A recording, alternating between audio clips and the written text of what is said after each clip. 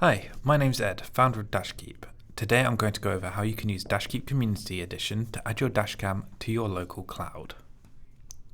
Let's get started. I've got a VFO A229 Pro here, and firstly we've got to prepare it by using the menu to format the SD card. DashKeep Community Edition is fully open source under the GPL. It adds lots of extra features to your Dashcam, like cloud backup, and also support for third-party apps, and integrations with Home Assistant and other home integration systems. So I'm just running through the menus here to format the SD card. This varies manufacturer to manufacturer, but this shouldn't really take very long at all. Okay, now that's done, I just removed the power, and now it's time to remove the SD card from the camera and connect it to an adapter so I can use it with my computer. But for now, I'm just going to make sure that this lock switch is up and place it aside. I'll go into the factory firmware manager and click the Find Firmware Online button. On the manufacturer website, I'll download the latest firmware for this dashcam, and I'll press this upload button to import the .bin file into DashKeep. Great. Now that's done, I want to add our storage location. So I'll click the bucket icon to add an S3 compatible storage. So this could be a NAS or any compatible S3 provider. So I'll click the bucket here. The provider I'm going to be using today is Cloudflare. So I will fill in my endpoint details here. Again, this varies provider to provider. So the details you see here on how I'm setting up for Cloudflare could be quite different depending on what you're using and whether you're using local storage or cloud storage like I am through Cloudflare R2. I'm just copying my S3 API key here and pasting that in. And then I'll go into my Cloudflare dashboard and generate myself some API keys. This allows the Dashcam to access my storage and so I can upload to it. So I'm just going to give this a nice friendly name. And I'm going to scope it so it only has access to the R2 bucket we want it to upload to.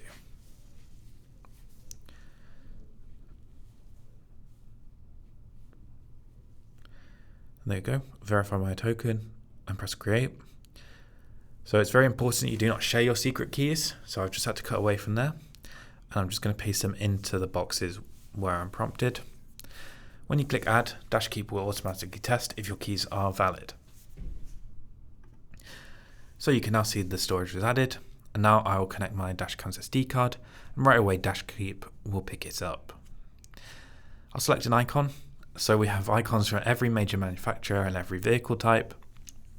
You'll be able to pick any one you choose from here. In my case, I pondered for a little bit, and in the end, I end up deciding that I'm going to be a bit fancy and go for Ferrari. And I can make the logo any color I'd like. So I'm going to have a red Ferrari. I'll select my make and model here, so VFO A229 Pro, and give the device a good name. I'll then select my storage target when prompted and click next. I'll add my Wi-Fi network, so you can add up to 5 Wi-Fi networks. Here I'm just going to add one that I've set up previously for my home Wi-Fi, and I'll click next. I can add a home zone for geofencing, and once we're released, you'll be able to add a license for automatic updates. So I'll just click finish, and now the SD card is ready for use. So I'll just insert that into my Dashcam, and I'll connect the power supply.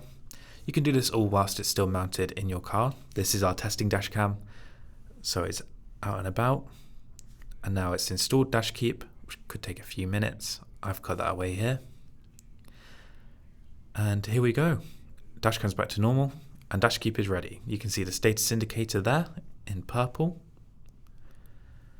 And the indicator changes color based on the status of DashKeep. So purple means no GPS signal, but it is recording vehicle movement and video.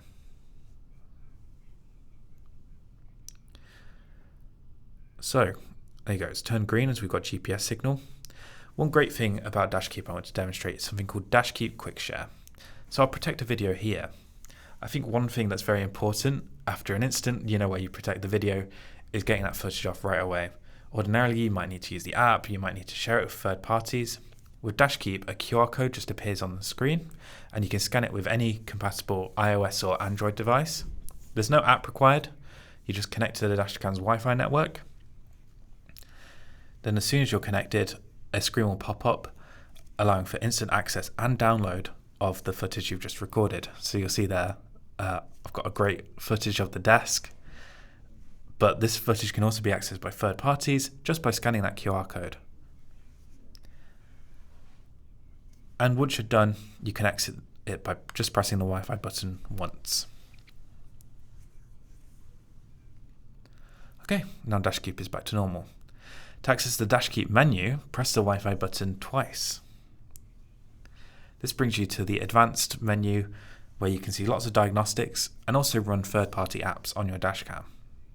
So you can verify your storage target here, validate your configuration and diagnose any issues you might be having. So you can see my location and also a list of third-party apps. Here I've only got the Dashcam app, which we just returned to. So that's a quick overview of DashKeep at the desk. Now we're going to pop it in my car and take it for a drive and see how we use DashKeep day to day. So as this is our testing Dashcam, I don't actually have the mount in my car. So we've gone for a bit of a bodge. As you can see there, DashKeep is running behind the sunshade. Once I've come home and finished my drive, ordinarily if I had this in the mount, this would happen inside the car. But I come home and the videos start uploading automatically as it's detected that the vehicle is stationary. And inside DashKeep Pro, I can now access all of my footage. It's not split up into multiple clips, it's split up into centralized trips. I'm even able to download all the GPS data and all the accelerometer data as both a CSV and a GPX file. So DashKeep Pro also has a number of other features, but for now, that's the end of our demo. DashKeep is fully open source on Codeberg, and our pricing starts at $45.99 for a lifetime license, and you can pay $10 every year after that to help support the servers to keep automatic updates. Compared to our competition, DashKeep is much cheaper. If you have a fleet of 10 vehicles, with DashKeep Community Edition, you pay only $660 over an entire 3-year period versus nearly $30,000 with a company like Samsara or Motive. And we are fully open source and auditable. Pre-orders are open now.